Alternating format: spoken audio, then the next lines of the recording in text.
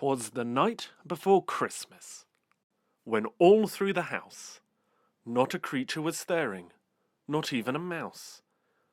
The stockings were hung by the chimney with care, in hopes that St. Nicholas soon would be there.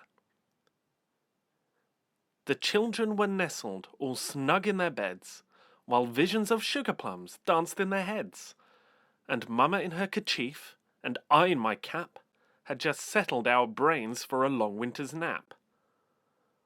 When out on the lawn there arose such a clatter, I sprang from my bed to see what was the matter. Away to the window I flew like a flash, tore open the shutters, and threw up the sash.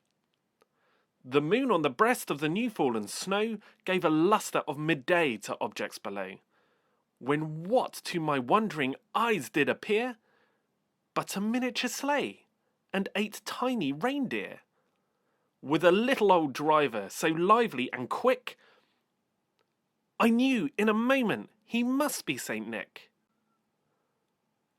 More rapid than eagles his coursers they came, and he whistled and shouted and called them by name. Now Dasher, now Dancer, now Prancer and Vixen, on Comet, on Cupid, on Donner and Blitzen, to the top of the porch, to the top of the wall, now dash away, dash away, dash away all. As leaves that before the wild hurricane fly, when they meet with an obstacle mount to the sky, so up to the housetop the coursers they flew, with the sleigh full of toys and St. Nicholas too.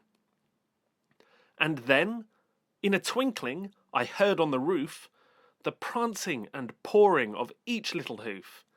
As I drew in my head and was turning around, down the chimney St. Nicholas came with a bound. He was dressed all in fur, from his head to his foot, and his clothes were all tarnished with ashes and soot. A bundle of toys he had flung on his back, and he looked like a peddler just opening his pack. His eyes, how they twinkled, his dimples, how merry. His cheeks were like roses, his nose like a cherry. His droll little mouth was drawn up like a bow, and the beard on his chin was as white as the snow. He had a broad face and a little round belly that shook when he laughed like a bowl full of jelly. A wink of his eye and a twist of his head soon gave me to know I had nothing to dread. He spoke not a word, but went straight to his work, and filled all the stockings, then turned with a jerk, and laying his finger aside of his nose, and giving a nod, up the chimney he rose. He sprang to his sleigh, to his team gave a whistle, and away they all flew like the down of a thistle.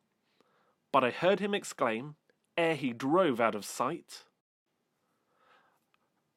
Happy Christmas to all, and to all a good night.